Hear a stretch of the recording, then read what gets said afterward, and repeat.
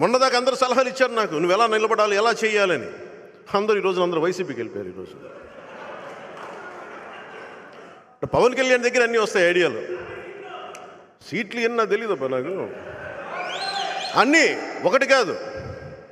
నేను అనేది ఏంటంటే, నువ్వు రిజర్వేషన్ గురించి మాట్లాడినా, ఏమి మాట్లాడినా పద్ధతి ప్రకారం మాట్లాడండి. పింక్ డైమండ్ లాగా టీడీపీ ఆ ప్రభుత్వం ఉన్నప్పుడు ఒకలాగా, ఈ ప్రభుత్వం ఉన్నప్పుడు ఒకలాగా మాట్లాడకండి. నేనే ఉన్నా స్టీల్ ప్లాంట్ గురించి, వైజాగ్ స్టీల్ ప్లాంట్ గురించి.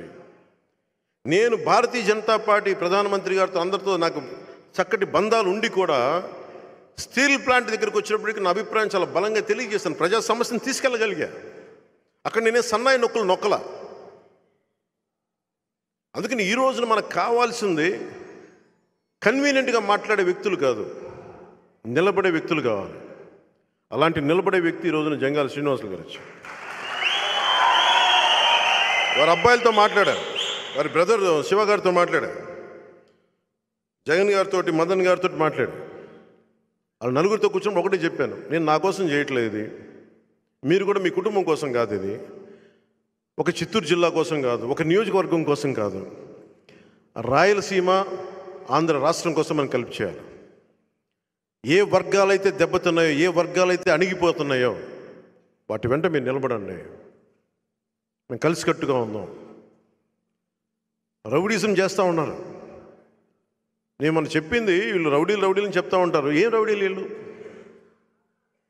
నరికేస్తారా వీళ్ళు ప్రతిసారి కూర్చోబెట్టి? నేను మిమ్మల్ని రెచ్చగొట్టట్లా, భయపడద్దని చెప్తున్నా. ఎందుకంటే ఇంత సంఖ్యాబలం ఉన్న కులాలు చాలా ఉన్నాయి అక్కడ.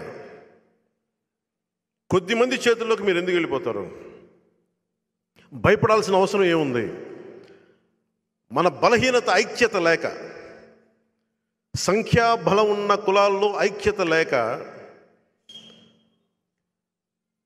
జగన్ గారి మనుషులకి మీరు ఊడిగం చేస్తూ ఉన్నారు. ఇది మారాలి. 2024కి ఇది మారాలి. ఆ ధైర్యం మనం అతను తిట్టద్దు, అతన్ని తిట్టాల్సిన అవసరం కూడా లేదు. అతన్ని మనం ఎన్ని వర్బల్ డయరీ అంటాం, మనం ఎన్ని తిట్టినా, ఎన్ని అనుకున్నా, చప్పట్లు కొట్టినా, నన్ను సీఎం అన్నా మారదు. మీరు మీ స్థాయిల్లో మీ కుదిరినంత మీరు ఎదురు తిరిగితే అప్పుడు మార్పు వస్తుంది. మనం నా దగ్గర గుండెలు చించుకొని వీరంగాలు చేస్తే సరిపోదు. నేను మీ దగ్గర తక్కువ మాట్లాడతాను, నేను ఎక్కువ మాటలు చెప్పను, తొడలు కొట్టుకోను, గుండెలు జరుచుకోను, జబ్బలు జరుచుకోను, చొక్కాలు ఇట్లా మడత పెట్టను జగన్లాగా. అవసరమైనప్పుడు నిలబడతాం అంతే. ఎందుకంటే సినిమాలు చేసి విసుగు ఉంటుంది. వీళ్ళందరూ సినిమాలు చేయగానంటే వెనకాల రికార్డింగ్లు వేసుకుంటా ఉంటారు వీళ్ళు.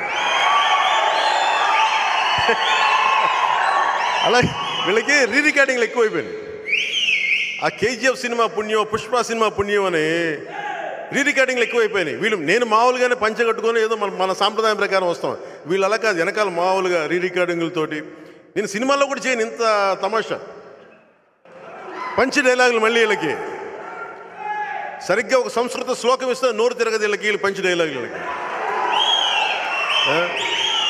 సరే చెప్దాం. అలాగే పోలీసు ఉన్నతాధికారులు కూడా ఈరోజు నిన్న జరిగిన రాత్రి సంఘటన చెప్తా ఉన్న పోలీసు ఉన్నతాధికారులు కూడా, మీరు సెర్చ్ వారెంట్ లేకుండా మా ప్రెమిసెస్కి వచ్చారు, మీరు సహజమైన పాలిటిక్స్లో అంటే కుదరదు. We have to restore democracy, ప్రజాస్వామ్యాన్ని పునరుద్ధరించాలి. మీరు కనుక ఇప్పుడున్న పార్టీకి కొమ్ము కాస్తూ ఉంటే, మా ప్రభుత్వం వచ్చాక, సంకీర్ణ ప్రభుత్వం వచ్చాక నేను మర్చిపోయే వ్యక్తిని కాదు. ఎందుకంటే మీరు ప్రజాస్వామ్యబద్ధంగా నేను చాలా గౌరవించే వ్యక్తిని, నేను భయపడే వ్యక్తిని కాదు. నన్ను ఖండాలుగా ముక్కలుగా నరికినా భయపడే వ్యక్తిని కాదు. అన్నీ సిద్ధపడే వచ్చాను, అందుకే చెప్తున్నాను. నేనేం భయపడినా. మనం ఒకటే చెప్పా, నాతో గొడవ పెట్టుకుంటే ఒకటే తేలాలి బయటికి, రెండోవాడు రాడు. నేను కాదు, అది మీరే అవుతారు, గుర్తుపెట్టుకోండి. జై జనసేన, జై హింద్.